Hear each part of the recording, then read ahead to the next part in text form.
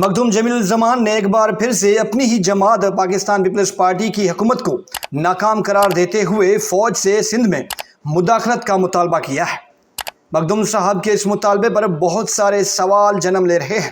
کیا army chief کے پاس اتنے اختیارات بھی ہیں جتنی ان سے ڈیمانڈ کی جا رہی ہے؟ اس پر بھی بات ہوگی، لیکن آج مخدوم جمیل الزمان نے مراد علی شاہ سمیت سندھ کے سبھی منسٹرز، ایم این ایز اور سرداران کی کلاس ضرور لی ہے۔ پہلی بات تو کوئی بھی M N A direct army chief سے مداخلت کا مطالبہ نہیں کر سکتا، چونکہ مخدوم صاحب جذبات میں بہہ کر یہ سب کچھ کہے گئے، لیکن اس کا اثر بہت گہرا پڑے گا، خاص طور پر سندھ حکومت پر۔ آئینی طور پر کوئی بھی رکن قومی اسمبلی آرمی چیف سے براہ راست کسی قسم کی ڈیمانڈ نہیں کر سکتا۔ آئین کے مطابق فوجی امور اور مسلح افواج کی کمان وفاقی حکومت کے ماتحت ہے اور آرمی چیف براہ راست وزیر اعظم اور وزارت دفاع کو جواب دہ ہوتے ہیں۔ مخدوم صاحب کے مطابق مراد علی شاہ جو کہ سی ایم سندھ ہیں، ان سمیت تمام وزراء کراچی میں آرام فرما رہے ہیں۔ اگر ایسا ہے تو صدر پاکستان آصف علی زرداری سکھر میں کیا کرنے آئے تھے؟ اگر کوئی رکن قومی اسمبلی کسی معاملے پر آرمی چیف سے متعلق کوئی بات کرنا چاہتا ہے تو اسے یہ بات پارلیمنٹ یا وفاقی حکومت کے ذریعے اٹھانی ہوتی ہے۔ پارلیمنٹ میں دفاعی معاملات پر بحث اور سوالات کیے جا سکتے ہیں اور متعلقہ وزیر یا وزارت دفاع اس کا جواب دے سکتے ہیں۔ مخدوم جمیل الزمان کا آرمی چیف سے براہ راست مداخلت کا مطالبہ پیپلز پارٹی کو کبھی ہضم نہیں ہوگا۔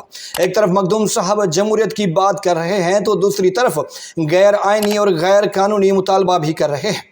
آج ان کے بیانات میں بہت سے سوال اٹھنے والے ہیں۔ وفاقی حکومت آرٹیکل 245 کے تحت مسلح افواج کو کسی بھی علاقے میں بلانے کا اختیار رکھتی ہے تاکہ وہاں قانون اور امن و امان کی بحالی یا قومی سلامتی کے تحفظ کے لیے آپریشن کیا جا سکے۔ صوبے میں رینجرز یا دیگر نیم فوجی فورسز کی تعیناتی کا حکم بھی وزارت داخلہ کی جانب سے دیا جاتا ہے، جو کہ وفاقی حکومت کا حصہ ہے۔ اگر مخدوم صاحب کو سچ میں لگتا ہے کہ سندھ حکومت ناکام ہو چکی ہے تو وہ پارلیمنٹ میں گورنر راج کی بات کیوں نہیں کر سکتے؟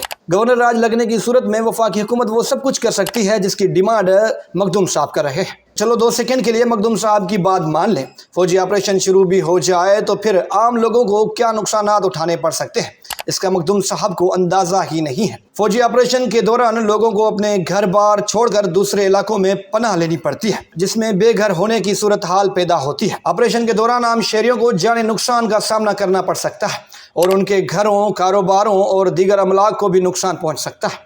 آپریشنز کے دوران روزگار کے مواقع کم ہو جاتے ہیں، کاروبار بند ہو جاتے ہیں اور اقتصادی سرگرمیاں متاثر ہوتی ہیں، جس سے عام لوگوں کی معاشی حالت خراب ہو سکتی ہے۔ آپریشنز کے دوران اسکول، کالج اور دیگر تعلیمی ادارے بھی بند ہو سکتے ہیں، جس سے بچوں کی تعلیم میں خلل پڑ سکتا ہے۔ مسلسل خطرات اور خوف کی صورتحال میں زندگی گزارنے سے لوگوں پر نفسیاتی اثرات مرتب ہو سکتے ہیں، جیسے کہ ذہنی دباؤ، اضطراب اور دیگر ذہنی امراض۔ اچھی بات یہ ہے کہ فوجی آپریشنز کا مقصد عام طور پر علاقوں سے دہشت گردوں یا مجرموں کا خاتمہ ہوتا ہے، جس کے نتیجے میں امن و امان کی صورتحال بہتر ہو سکتی ہے اور لوگ دوبارہ اپنے گھروں کو لوٹ سکتے ہیں۔ اگر مخدوم صاحب سمجھتے ہیں کہ پیپلز پارٹی کی سندھ حکومت مکمل طور پر ناکام ہو چکی ہے، آئی جی سندھ ناکام ہو چکے ہیں، تو وہ وفاق سے بات کر سکتے ہیں۔ آئی جی سندھ کی تبدیلی وفاقی حکومت کا اختیار ہے۔ مخدوم صاحب نے آج مراد علی شاہ، شرجیل میمن اور دیگر وزراء کی دعواؤں کو ہوا میں اڑا دیا، جن میں وہ کہتے ہیں کہ ہماری پولیس